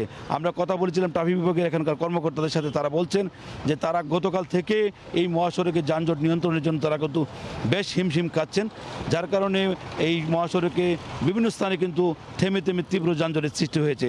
আপনাকে জানিয়ে রেখে সড়ক বিভাগের পক্ষ থেকে যে নির্দেশনা দেওয়া হয়েছে সেটি বলা হয়েছে যে আজ রাত 10টার পর থেকে সেই মহাসড়ক থেকে যে যান চলাচল বন্ধ রয়েছে সেই সেতুর মেরামত কাজ সম্পন্ন হবে। আজ বিকেল 3টা নাগাদ সেই সেতুর মেরামত কাজ শেষ হবে বলে তাদের পক্ষ থেকে বলা হয়েছে। সেই সেতুর মেরামত কাজ শেষ হলে কিন্তু ঢাকা চট্টগ্রাম মহাসড়কে যান চলাচল স্বাভাবিক হবে, যার ফলে কিন্তু কুমিল্লা সিলেট মহাসড়কে বর্তমান যে যানজট সেটা কিন্তু অনেকাংশে কমে আসবে বলে সড়ক বিভাগের পক্ষ থেকে জানানো হয়েছে। আপনাকে জানিয়ে রাখি, আপনি জানেন যে চলমান লকডাউনের কারণে বর্তমানে গণপরিবহন বন্ধ রয়েছে। গণপরিবহন বন্ধ থাকার কারণে কিন্তু যে যাত্রী যে ভোগান্তি সেটা কিন্তু তেমনভাবে পরিলক্ষিত হয়নি। ছোট ছোট যে যানবাহন আছে, বিশেষ করে সিএনজি, প্রাইভেট কার, যে ব্যক্তিগত যানবাহনগুলো আছে সেগুলো কিন্তু চলাচল করছে।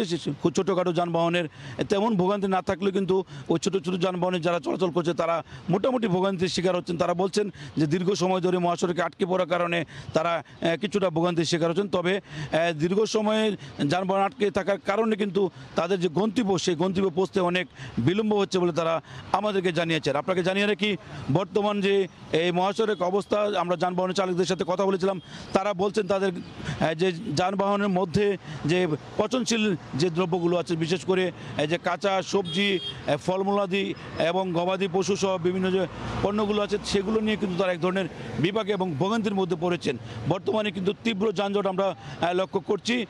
এই অবস্থার মধ্য দিয়ে আজ বিকেল 3টার পর থেকে কিন্তু যান চলাচল স্বাভাবিক হবে বলে সড়ক বিভাগের পক্ষ থেকে বলা হয়েছে। তো এই ছিল আমার কাছে ব্রাহ্মণবাড়িয়া কুমিল্লা সিলেট মহাসড়ক থেকে সর্বশেষ। ইমা, কুমিল্লা সিলেট মহাসড়কের ব্রাহ্মণবাড়িয়া অংশে তীব্র যানজটের খবর জানাচ্ছিলেন সহকর্মী উজ্জ্বল চক্রবর্তী। পর 24 ঘন্টার মধ্যে সব বর্জ্য অপসারণের নির্দেশ দিয়েছেন স্থানীয় সরকার মন্ত্রী তাজুল ইসলাম। স্বাস্থ্যবিধি মেনে একমুখী চলাচল ব্যবস্থা রেখে পরিচালনা করতে হবে পশুর হাট। বিধিনিষেধ কার্যকর করতে মাঠে থাকবে ভ্রাম্যমাণ আদালত। এ বিষয়ে আন্তঃমন্ত্রণালয়ের সভায় এই নির্দেশনা দেওয়া হয়। করোনার থাবা মাথায় নিয়ে এবারও কোরবানির প্রস্তুতি নেওয়া হচ্ছে। শিথিল করা হয়েছে লকডাউন, সারা দেশে বসবে পশুর হাট, ব্যবস্থা রাখা হয়েছে অনলাইন পশুর হাটের। প্রাণী সম্পদ মন্ত্রণালয়ের পক্ষ থেকে জানানো হয়েছে স্থানীয় খামারে 1,20,00,000 পশু প্রস্তুত আছে কোরবানির জন্য। পশু কোরবানি ও বর্জ্য ব্যবস্থাপনার প্রস্তুতি পর্যালোচনায় আন্তঃমন্ত্রণালয়ের সভায় নির্দেশনা দেওয়া হয়, যান চলাচলে বিঘ্ন ঘটে এমন সড়কের পাশে হাট বসানো যাবে না। নির্ধারিত স্থানে পশু জবাই করতে হবে, 24 ঘন্টার মধ্যে সরিয়ে ফেলতে হবে বর্জ্য। আমরা অনলাইনকে প্রমোট করছি, পাশাপাশি ফিজিক্যাল মার্কেট যদি চলে তাহলে সেখানে যেন নাকি যথাযথ স্বাস্থ্যবিধি মেনে এটা পরিচালনা করা হয়, বাজারগুলা যেন হয়, সেজন্য আমরা আহ্বান জানিয়েছি। ঢাকার 2 মেয়র জানান এরই মধ্যে প্রস্তুতি নেওয়া হয়েছে। 2 সিটি কর্পোরেশনের বর্জ্য সংগ্রহে 7.5 লাখ পলিব্যাগ বিতরণ করা হবে। পশুর হাটে থাকবে স্বেচ্ছাসেবক জনপ্রতিনিধিরা। পশু কোরবানির জন্য নিজস্ব স্থান ঠিক করেছি। 700 জন ইমাম এবং 1000 জন মাংসকে আমরা দেওয়ার জন্য কষাই আমরা রেডি করেছি। আমরা 6 লক্ষ পলিব্যাগ দিচ্ছি বিভিন্ন বাড়িতে বাড়িতে। এর মধ্যে 20,000 পলিব্যাগ হবে বায়োডিগ্রেডেবল। ইনশাআল্লাহ আমরা আশাবাদী যে আমরা এবারও একটি সুষ্ঠু শৃঙ্খলার মধ্যে এই পুরো ঈদ উল আজহার কার্যক্রমটা আমরা সম্পন্ন করতে পারব। ঢাকার বাইরে অন্যান্য সিটি কর্পোরেশন ও পৌরসভায়ও কোরবানির সুষ্ঠু ব্যবস্থাপনায় এরই মধ্যে প্রস্তুতি নিয়েছে। কোরবানির পশু জবাই করার জন্য 304টি স্থান নির্ধারণ করেছি এবং এই সমস্ত স্থানে আমরা পর্যাপ্ত ব্লিচিং পাউডার সরবরাহ করছি। বৈঠকের সিদ্ধান্ত কেন্দ্রীয়ভাবে তদারকি করা হবে। মাঠে থাকবে আইন শৃঙ্খলা বাহিনীর সদস্যরা। সানবীর রূপল, সময় সংবাদ, ঢাকা। কোরবানি ঈদের জন্য বড় আকারের দেশি বিদেশি গরু মহিষ এনে চমক সৃষ্টি করেছেন কক্সবাজারের উখিয়ার চৌধুরী অ্যাগ্রো ফার্ম। প্রথমবারের মতো কোরবানির হাটে তোলা হবে দেশীয় গরুর পাশাপাশি আমেরিকান ব্রাহ্মা, থাইল্যান্ডের লাল ও হলুদ হাসা, মিয়ানমারের সাদা হাসা, উলবাড়ি ভারতের আসামের কালো ও থাইল্যান্ডের সাদা মহিষ। আর করোনার কারণে এবার সীমান্ত বন্ধ থাকায় ঈদে ভালো লাভের আশা খামার মালিকদের। আরও জানাচ্ছেন সুজাউদ্দিন রুবেল। বিশাল আকৃতির ষাঁড়, ওজন 20 মনের বেশি, দাম হাঁকা হচ্ছে 20 লাখ টাকা। এটি দেশি নয়, আমেরিকান ব্রাহ্মা জাতের গরু। শুধু আমেরিকান ব্রাহ্মা নয়, গেল 8 মাস ধরে এই খামারে বেড়ে উঠছে বিশাল আকৃতির ষাঁড়, থাইল্যান্ডের লাল ও হলুদ হাসা, মিয়ানমারের সাদা হাসা, উলবাড়ি এবং ভারতের আসামের কালো মহিষ ও থাইল্যান্ডের সাদা মহিষ। এবারের কোরবানির হাটে দেশি বিদেশি ষাঁড়ের পাশাপাশি মহিষও তোলা হবে। ষাঁড়গুলোর ওজন 10 থেকে 20 মনের মধ্যে। বিক্রির টার্গেট 2 কোটি টাকার উপরে। 8 জন শ্রমিক সকাল থেকে রাত অবধি তাদের বিরামহীনভাবে পরিচর্যা করছে। প্রতিদিনই গরু ও মহিষকে তরতাজা করার জন্য কয়েক বেলা খাওয়ায় প্রাকৃতিক ঘাস, খড় ও ভুসি। এজন্য প্রতি মাসের খরচ হয় 1 থেকে 1.5 লাখ টাকা। আমরা সকালে ঘুম থেকে উঠে কাঁচা ঘাস খাওয়াই, এরপর দুপুরে গিয়ে দানাদার খাবার খাওয়াই, বিকেলে গিয়ে কাঁচা ঘাস খড় দিই, এরপর রাতের বেলায় গিয়ে আবার দানাদার খাবার খাওয়াই। আমরা 5 জন সহকারী সেখানে ওদেরকে প্রতিদিন খাওয়া দিয়ে আর 3 টাইম গোসল করাই। খামারের বিশাল আকৃতির গরু ও মহিষ সবার মধ্যে কৌতূহল সৃষ্টি করেছে কক্সবাজারে। ইতিমধ্যে অনেকেই কিনতে ছুটে আসছেন উখিয়ার চৌধুরী অ্যাগ্রো ফার্মে। সামনে যেহেতু কোরবান, আমি ঘুরে ঘুরে দেখতেছি, দেখি কিনতে পারি কিনা। বিভিন্ন রকমের গরু আছে এখানে। একটি প্রথমে দেখতে পেলাম আমেরিকান জাতের ব্রাহ্মা গরু। প্রথমবারের মতো কক্সবাজারের কোরবানির হাটে এসব গরু মহিষ তোলা হবে, যা পুরো জেলায় চমক সৃষ্টি করবে বলে দাবি খামার মালিকের। কক্সবাজারের ইতিহাসে কিন্তু এটা প্রথমবারের মতো ব্রাহ্মা গরু এবার আমি কোরবানির বাজারের মধ্যে তুলবো। সো এটি কক্সবাজারের জন্য এটি সবচেয়ে বড় চমক। ঘরের সাথে 2 একর জমির উপর 2010 সালে মাত্র 2টি দেশীয় গরু দিয়ে ফার্মটির যাত্রা শুরু। বর্তমানে দেশীয় 8টি ও বিদেশি 12টি ষাঁড় এবং 6টি মহিষ রয়েছে। সুজাউদ্দিন রুবেল, সময় সংবাদ, কক্সবাজার। বেনাপোল স্থলবন্দরের ইমিগ্রেশন ভবন এখন জনশূন্য প্রায়। পাসপোর্টধারী যাত্রীর সংখ্যা কমেছে বন্দরের রাজস্ব আয়। করোনার 1 বছরে আয় কমেছে প্রায় 42 কোটি টাকা। যাত্রীরা বলছেন, ভ্রমণ নিষেধাজ্ঞায় ব্যবসা ও চিকিৎসার ক্ষেত্রে নানা সমস্যায় পড়তে হচ্ছে।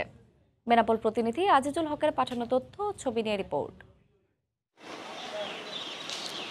করোনা পরিস্থিতির অবনতি হয় গেল এপ্রিলে ভারত ভ্রমণে নিষেধাজ্ঞা দেয় বাংলাদেশ সরকার। বন্ধ হয় সাধারণ যাত্রীদের চলাচল। বর্তমানে শর্ত সাপেক্ষে শুধু মুমূর্ষু রোগীদের জন্য সীমিত পরিসরে মেডিকেল ভিসা চালু আছে। যাত্রী সংখ্যা কমায় ইমিগ্রেশন কার্যক্রমও হয়েছে সীমিত।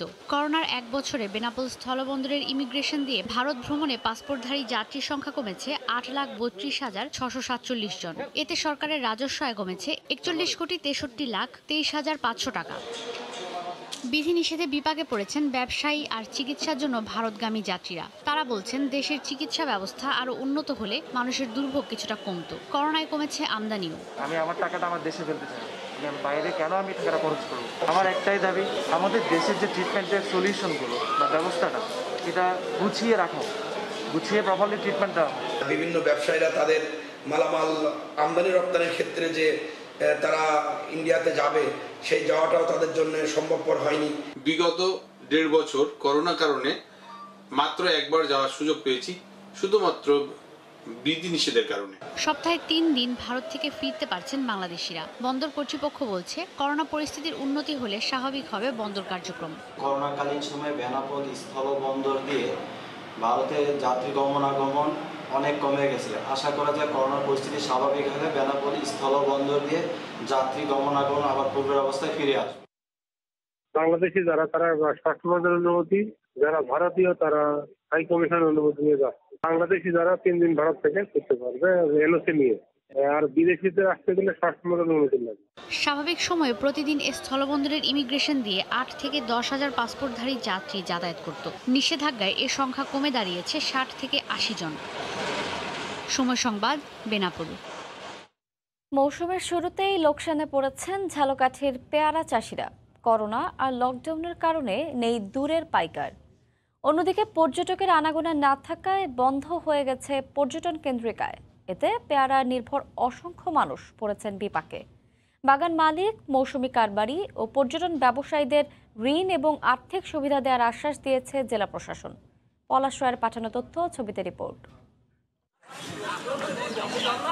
ঝালকাঠির কমপক্ষে 20টি গ্রামের উৎপাদিত পেয়ারা বেচাকেনার সবচেয়ে বড় স্থান ভীমরুলির ভাসমান বাজার। অন্যান্যবার মৌসুমের শুরুতেই জমজমাট থাকে বেচাকেনা। এবার বাজারে নেই দূর দূরান্তের পাইকার। যে জায়গায় আমার 100 মণ মাল কেনার কথা, সেইখানে আমি 5 মণ মাল কিনছি, তাইলে আমার এই 5 মণে আমি কয় টাকা পাবো? আমি এইভাবে কি করি আমি খামু? এদিকে ব্যতিক্রমী বাজারের অপরূপ দৃশ্য দেখতে প্রতি বছর ভ্রমণ পিপাসুদের আনাগোনায় মুখরিত থাকে এলাকাটি। কিন্তু এবছর করোনার প্রকোপ, লকডাউন আর নিষেধাজ্ঞায় কোনো পর্যটক নেই। কোনো পর্যটক আসতে পারে না, দেশি কাস্টমার তাও আসতে পারে না করোনার জন্য। তবে চাষি, পর্যটন কেন্দ্রিক ক্ষুদ্র ব্যবসায়ী কিংবা উদ্যোক্তাদের জন্য কম সুদে ব্যাংক ঋণ ও প্রণোদনার ব্যবস্থা করার কথা জানান জেলা প্রশাসক। সরকার যে প্রণোদনার ব্যবস্থা করেছে কৃষকদের জন্য, যে 4% ইন্টারেস্ট লোন নিয়ে, সেটা পেয়ারা চাষীদের বিবেচনা করা যাবে। সদর উপজেলার কীর্তিপাশা ও নবগ্রাম ইউনিয়নের গ্রামগুলোতে 100 বছর ধরে পেয়ারা চাষ হয়। এবছরও 1850 একর জমিতে পেয়ারার ফলন হয়েছে। শ্রাবণ ও ভাদ্র মাস জুড়ে ভীমরুলি ছাড়াও গ্রামের খালগুলোতে ভাসমান পেয়ারা বাজার বসে অনেক বছর যাবত। সময় সংবাদ, ঝালকাঠি। 1 মাসের ব্যবধানে বাগানে 6 টাকা পিস লেবুর দাম নেমে গেছে 60 পয়সায়। এবার ভালো ফলন হলেও ন্যায্য দাম না পেয়ে হতাশ বাগান মালিকরা। নাটোর প্রতিনিধি আল মামুনের তথ্য, ছবিতে বিস্তারিত। চলতি বছর নাটোর জেলায় ছোট বড় 5 শতাধিক লেবুর বাগানে ফলন হয়েছে ভালো, কিন্তু দর পড়ে যাওয়ায় ন্যায্য দাম পাচ্ছেন না বাগান মালিকরা। 2 মাস আগেও বাগান থেকে প্রতি পিস লেবু বিক্রি হতো 5 থেকে 6 টাকা। তবে জুন থেকে কমতে থাকে লেবুর দাম। প্রতি বছর বর্ষায় লেবুর দাম কমলেও এবছর কমেছে সবচেয়ে বেশি। বর্তমানে বাগান থেকে প্রতি পিস লেবু 40 থেকে 60 পয়সার বেশি দিতে চাচ্ছেন না ব্যবসায়ীরা। এতে লোকসান গুনছেন বাগান মালিকরা। 1 মাস আগে যে লেবুর দাম ছিল 6 থেকে 60 টাকা, এখন আমরা ওই দাম পাচ্ছি না, এবং বর্তমান লেবু পেরে লেবার বিল আনাটা আমাদের জন্য খুব মুশকিল হয়ে গেছে। 10 বছরের মধ্যে এরকম কম দামে লেবু কখনোই আসে নাই। 25,000 টাকা তুলতে কিন্তু এখন যে লেবুর বাজারটা, সেই হিসাবে কিন্তু আমাদের খুব বেগ পাইতে হচ্ছে। রাজধানী সহ বিভিন্ন জেলায় লেবুর চাহিদার পাশাপাশি দাম কমেছে। এর ফলে নাটোরের বাগানেও দর কমেছে বলে দাবি স্থানীয় ব্যবসায়ীদের। ঢাকা, নারায়ণগঞ্জে যেভাবে মালের চাহিদা ছিল, এখন ওইভাবে চাহিদা নাই, যে ক্ষেত্রে আমরা মাল কিনতেও পারতেছি না এবং ডেলিভারিও দিতে পারতেছি না। বর্তমানে লেবুর দাম খুবই কম, যে গাড়ি ভাড়ার টাকা কিংবা লেবার খরচ আসে না, বর্তমানে ব্যবসাতে লাভ হয় না। চলতি বছর নাটোর জেলায় 220 হেক্টর জমিতে লেবুর চাষ হয়েছে, আর লেবু উৎপাদন হয়েছে প্রায় 2200। পটুয়াখালীতে ন্যায্য বেতন ভাতার দাবি ও ছাঁটাইয়ের প্রতিবাদে আন্দোলনরত শ্রমিকদের সঙ্গে নিরাপত্তা কর্মীদের সংঘর্ষের ঘটনায় একজন আহত হয়েছেন। গতকাল সকালে কলাপাড়া উপজেলার ধানখালী ইউনিয়নের ফুলতলি বাজারে নির্মাণাধীন 320 মেগাওয়াট তাপবিদ্যুৎ কেন্দ্রে এ ঘটনা ঘটে। এ সময় কয়েকশত বাঙালি শ্রমিক তাপবিদ্যুৎ কেন্দ্রের প্রবেশপথে বিক্ষোভ করেন। ভাঙচুর করা হয় বিদ্যুৎ কেন্দ্রের গেটের সামনের নিরাপত্তা চেকপোস্ট। পরে আইনশৃঙ্খলা রক্ষাকারী বাহিনীর সদস্যরা এসে পরিস্থিতি নিয়ন্ত্রণে আনে। বাংলাদেশের প্রত্যেকটা প্রজেক্টে একটা ওয়ার্কার এবং হেল্পারের বেতন 500-550 টাকা। এইখানে এই প্রজেক্টে 9 ঘন্টা ডিউটি করে বেতন দেয় 400 টাকা। এটা বারামু সেটা বারামু বহুত কিছু করছে, কিন্তু আসলে কিছুই করে নাই আমাদের জন্য। দাবি না মানে তাহলে আমরা পরবর্তীতে এর থেকেও বড় কিছু করতে পারি। আমরা আশা করি তাদের যে সকল দাবি দেওয়া আছে সেগুলো আমরা আলোচনার মাধ্যমে অচিরেই। জেনারেল SM শফিউদ্দিন আহমেদ খুলনায় অপারেশন কোভিড শিল্ডে সেনা সদস্যদের কার্যক্রম পরিদর্শন করেছেন। এ সময় জেলা স্টেডিয়াম সহ কয়েকটি স্থানে 55 পদাতিক ডিভিশনের পক্ষ থেকে 5000 দুস্থ অসহায়কে ত্রাণ দেন তিনি। মাঠ পর্যায়ে নিয়োজিত সেনা সদস্যদের প্রতিকূল সময়ে সঠিকভাবে দায়িত্ব পালনের উৎসাহ দেন সেনাপ্রধান। সংকটময় পরিস্থিতিতে সবাইকে বিধিনিষেধ যথাযথভাবে পালনের মাধ্যমে দুর্যোগ মোকাবেলায় ঐক্যবদ্ধভাবে কাজ করার আহ্বান জানান তিনি। সেনা সদরের ঊর্ধ্বতন কর্মকর্তা ছাড়াও 55 পদাতিক ডিভিশনের GOC major general Mohammad Nurul Anwar সহ ঊর্ধ্বতন কর্মকর্তারা উপস্থিত ছিলেন।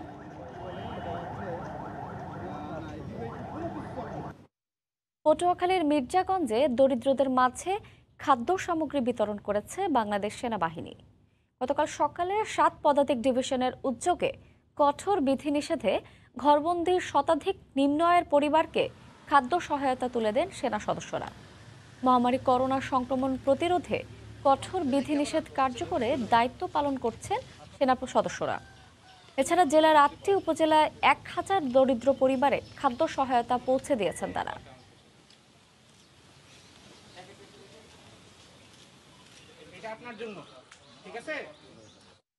বাগেরহাটে পুলিশ নারী কল্যাণ সমিতি 300 পরিবারকে খাদ্য সামগ্রী দিয়েছে। গতকাল দুপুরে জেলার নতুন পুলিশ লাইন মিলনায়তনে অসহায়দের মাঝে খাদ্য সামগ্রী বিতরণ করা হয়। এ সময় কর্মহীন শতাধিক পরিবারকে 10 কেজি চাল, 2 কেজি আলু ও 1 কেজি করে পেঁয়াজ দেওয়া হয়। করোনা মহামারীর পরিস্থিতিতে দুস্থদের সাধ্যমতো সহযোগিতার আশ্বাস দেওয়া হয়।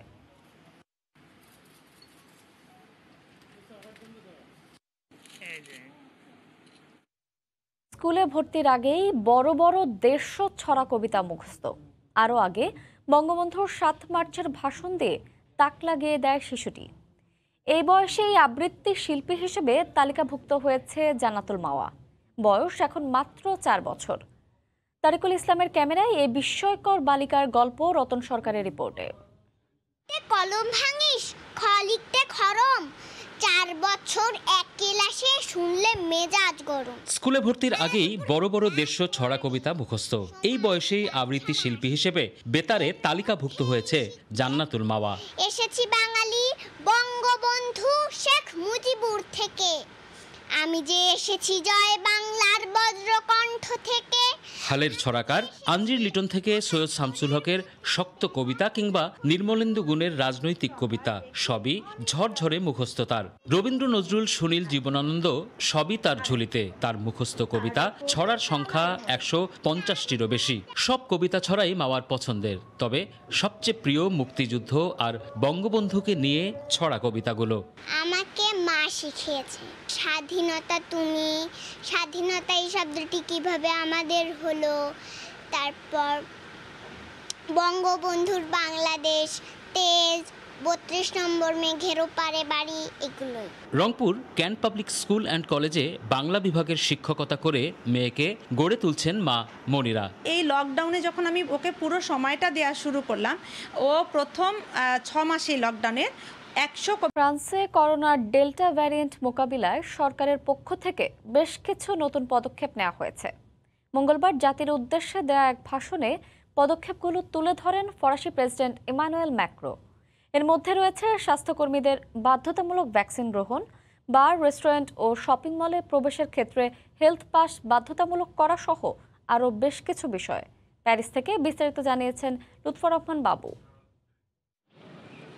ফ্রান্সে করোনার ডেল্টা ভেরিয়েন্ট মোকাবেলায় সরকারের তরফ থেকে নতুন করে বেশ কিছু পদক্ষেপ নেওয়া হয়েছে। দেশটির প্রেসিডেন্ট ইমানুয়েল ম্যাক্রন জাতির উদ্দেশ্যে দেয়া এক ভাষণে এই পদক্ষেপের কথা জানান। তার মধ্যে উল্লেখযোগ্য হচ্ছে স্বাস্থ্যকর্মীদের করোনার ভ্যাকসিন গ্রহণ বাধ্যতামূলক, পিসিআর টেস্ট আগে যেটি বিনামূল্যে গ্রহণের সুযোগ ছিল তা বন্ধ করে দেয়া, ফ্রান্সের বার, রেস্টুরেন্ট ও শপিং মলে প্রবেশের ক্ষেত্রে হেলথ পাস ব্যবহার, সেই সাথে আগামী সেপ্টেম্বরে শিক্ষা প্রতিষ্ঠান খোলার পর করোনার ভ্যাকসিন গ্রহণে শিক্ষার্থীদের মাধ্যমে সচেতনতা বাড়ানো। স্বাস্থ্যকর্মীদের বাধ্যতামূলক করোনার ভ্যাকসিন গ্রহণের ক্ষেত্রে বলা হয়েছে আগামী 15 সেপ্টেম্বরের পর সরকারের তরফ থেকে মনিটরিং করা হবে।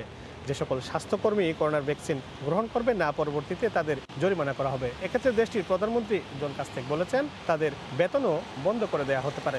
প্রেসিডেন্ট তার ভাষণে উল্লেখ করেছেন শতভাগ মানুষকে করোনার ভ্যাকসিনের আওতায় নিয়ে আসার জন্য তারা আপ্রাণ প্রচেষ্টা চালিয়ে যাচ্ছেন। এ সময় তিনি অর্থনৈতিক সংকট মোকাবেলায় তার সরকারের নেওয়া পদক্ষেপের বিষয়ও তুলে ধরেন। এদিকে জাতির উদ্দেশ্যে রাষ্ট্রপতির দেয়া ভাষণের পর করোনার ভ্যাকসিন গ্রহণের জন্য আগের তুলনায় আরও বেশি সংখ্যক মানুষকে এখন অ্যাপয়েন্টমেন্ট নিতে দেখা গেছে।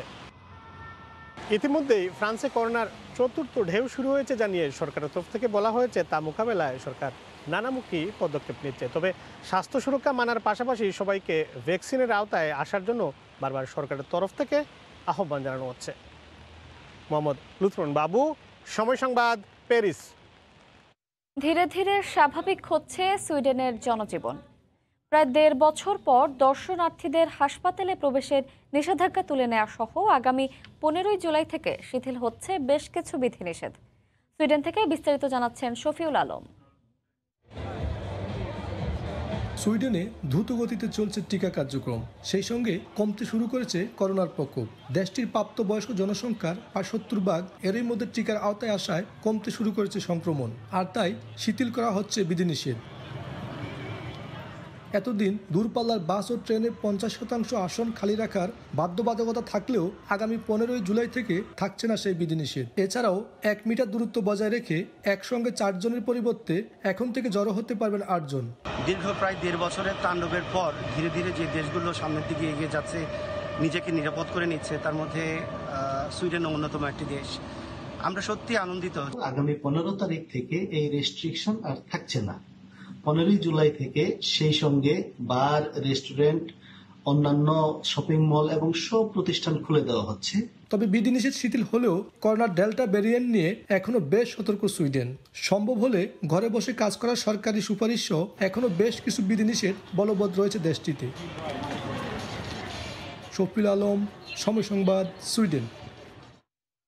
কঠোর লকডাউনেও থামছে না অস্ট্রেলিয়ার বৃহত্তর সিডনির করোনার ডেল্টা ভ্যারিয়েন্টের সংক্রমণ। পরিস্থিতি সামাল দিতে আবারও দীর্ঘ হচ্ছে লকডাউনের সময়সীমা। এতে সবাইকে নিয়ে ঈদের আনন্দ উদযাপনের সুযোগ পাচ্ছেন না প্রবাসী বাংলাদেশিরা। অস্ট্রেলিয়ার করোনা পরিস্থিতির সবশেষ খবর জানাতে এই মুহূর্তে সিডনি থেকে সরাসরি যুক্ত হচ্ছেন সহকর্মী SM আমিনুল রুবেল। যাচ্ছে তার কাছে। রুবেল, অস্ট্রেলিয়ার সিডনিবাসীর জন্য আজকে সকালটি আবারও শুভ নয়। গত 24 ঘন্টায় কিন্তু এখানে স্থানীয় 97 জন করোনা সংক্রমিত হয়েছে এবং গতকালকে এই সংখ্যাটি ছিল 89 জন এবং তার আগে সেই সংখ্যাটি কিন্তু 3 অঙ্কের কোঠায় পৌঁছে গিয়েছিল। গত পরশুদিন 112 জন স্থানীয় রোগী অস্ট্রেলিয়ার বৃহত্তর সিডনিতে করোনা সংক্রমিত হয়েছে এবং আপনারা জানেন যে এই ভ্যারিয়েন্টটি ডেল্টা ভ্যারিয়েন্ট, যেটির সাথে এর আগে অস্ট্রেলিয়া সরকার পরিচিত ছিল না, যে কারণে এই ডেল্টা ভ্যারিয়েন্টকে থামানোর জন্য প্রচুর কাঠখড় পোড়াতে হচ্ছে অস্ট্রেলিয়ার নিউ সাউথ ওয়েলস সরকারকে। ইতিমধ্যেই সিডনি থেকে কিন্তু মেলবোর্নেও পৌঁছে গেছে। ইতিমধ্যে সেখানে গতকালকে 3 জন এবং আজকে 1 জন, 4 জন করোনা সংক্রমিত হয়েছে, যাদের সাথে কিন্তু সিডনির সাথে কানেকশন আছে। আপনারা জানেন যে গত 3 সপ্তাহ যাবৎ সিডনিতে লকডাউন চলছে। শুরুতে 2 সপ্তাহ দেওয়া হয়েছিল, কিন্তু সেই লকডাউন কঠোর লকডাউন ছিল, সেটিকে কিন্তু আরও বর্ধিত করা হয়েছিল 1টি সপ্তাহের জন্য, যেটি কিনা এই সপ্তাহ আগামী শুক্রবার, আগামী পরশুদিনই কিন্তু এই লকডাউন শেষ হয়ে যাওয়ার কথা ছিল। তবে এই মুহূর্তে সিডনির নিউ সাউথ ওয়েলসের প্রিমিয়ার গ্ল্যাডিস তিনি কিন্তু সংবাদ সম্মেলনে আছেন। তিনি ইতিমধ্যে কথা বলছেন, আমরা যখন এই নিউজটি করছি তিনি কিন্তু কথা বলছেন লকডাউন নিয়ে। তো অন্তত আগামী 2 সপ্তাহের জন্য এই লকডাউন বাড়তে যাচ্ছে, তার মানে এই পুরো জুলাই মাসটাই লকডাউনের ভিতরে চলে যাচ্ছে। এবং অবশ্যই তিনি জানিয়েছেন যে স্বাস্থ্য মন্ত্রণালয় যেভাবে জানাচ্ছেন সেভাবে কিন্তু সরকার ডিসিশন নিচ্ছেন যে 2 সপ্তাহে যদি করোনা সংক্রমণকে মোটামুটি শূন্যের কোঠায় নামিয়ে নিয়ে আসা না যায় তাহলে লকডাউন আবারও বেড়ে যাবে, তবে লকডাউন কমার সম্ভাবনা কিন্তু নেই। এবং এই মুহূর্তে যে লকডাউন চলছে সেটা কিন্তু কঠোর লকডাউন, শুধুমাত্র 4টি কারণ ছাড়া কেউ বাসার বাইরে বের হতে পারছে না। কারফিউর আগের অবস্থা এই মুহূর্তে সিডনিতে। তবে গত এক সপ্তাহ যাবৎ কিন্তু প্রিমিয়ার বা প্রেসিডেন্ট অস্ট্রেলিয়ার প্রাইম মিনিস্টার তিনি কিন্তু কন্টিনিউয়াসলি বলে যাচ্ছেন যে 4টি কারণে বাসার বাইরে বের হতে হচ্ছে সেটিও যদি প্রয়োজন হয় যে আপনি না বের হয়ে পারবেন তাহলে যেন বাসার বাইরে না বের হয়। আমাদের কাছে নিউজ আছে যে এখন পর্যন্ত কোনো বাংলাদেশি করোনা সংক্রমিত অবস্থায় নেই, যদিও প্রচুর পরিমাণে বাংলাদেশি বিশেষ করে মেয়েরা নার্সিং বা হসপিটাল রিলেটেড জবের সাথে সম্পৃক্ত আছে। প্রচুর অস্ট্রেলিয়াতে প্রচুর বাংলাদেশি ডাক্তার আছে যারা সরাসরি করোনা চিকিৎসার সাথে নিয়মিত তাদের কানেকশন আছে। গতকালকেও একজন সিনিয়র ডাক্তারের সাথে আমার কথা হয়েছে যে করোনা সংক্রমিত অবস্থায় কেউ নেই, তবে তারা সবসময় রিস্কে থাকে এবং তারা ফ্রন্ট লাইনার যারা ফাইট করে যাচ্ছে করোনার সাথে।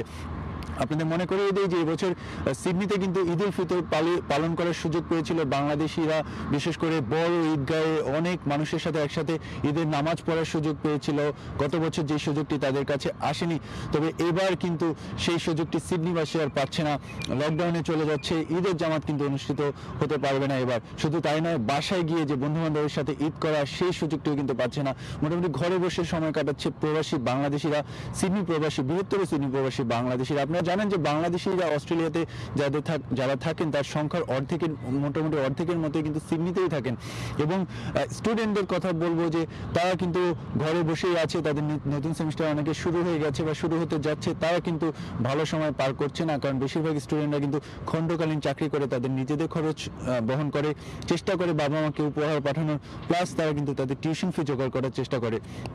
বৃহত্তর সিডনির বাংলাদেশি স্টুডেন্টরা কিন্তু খুব বেশি ভালো করতে পারছে না, তারা ঘরে বসে সময় কাটাচ্ছে, কারণ স্কুল কলেজ অফিস বা রিটেল সেক্টরগুলো বন্ধ আছে। বাংলাদেশি ব্যবসা প্রতিষ্ঠানগুলোতে সরজমিনে আমি গিয়ে দেখে এসেছি যে সেখানে আসলে ব্যবসা প্রতিষ্ঠানগুলো খোলাই আছে, তবে ঈদের আগে যে প্রচুর কেনাকাটা হয় অন্তত গ্রোসারিজগুলোতে সেটি কিন্তু এবছর নেই। প্রধান কারণ লকডাউন, ঈদ উদযাপন করার সুযোগ নেই, বাসায় কেউ আসবে না বা কেউ বাইরে বাসায় গিয়ে অন্যের বাসায় যেতে পারবে না। তাছাড়া মানুষের ক্রয় ক্ষমতা কিন্তু সিডনি প্রবাসী বাংলাদেশিদের অন্তত কমে গেছে, এভারেজের অনেকের ক্রয় ক্ষমতা চলে গেছে, এই মুহূর্তে অনেকের চাকরি নেই। সরকার যদিও জানিয়েছে যে সরকার সাপোর্ট করবে, কয়েকটি স্কিম ঘোষণা করা হয়েছে যে এই ক্রাইটেরিয়ার ভিতরে যারা পড়বে তারা হয়তোবা সরকারি সহায়তা পাবে। সেই সহায়তাটা কিন্তু খুব বেশি নয়, বিশেষ করে ক্ষুদ্র ব্যবসায়ী যারা তারা কিন্তু কন্টিনিউয়াসলি তারা কিন্তু কমপ্লেইন করে যাচ্ছে যে তাদের যে পরিমাণ ক্ষয়ক্ষতি হচ্ছে সেই পরিমাণ সাপোর্ট কিন্তু সরকার দিতে পারছে না বা দিচ্ছে না।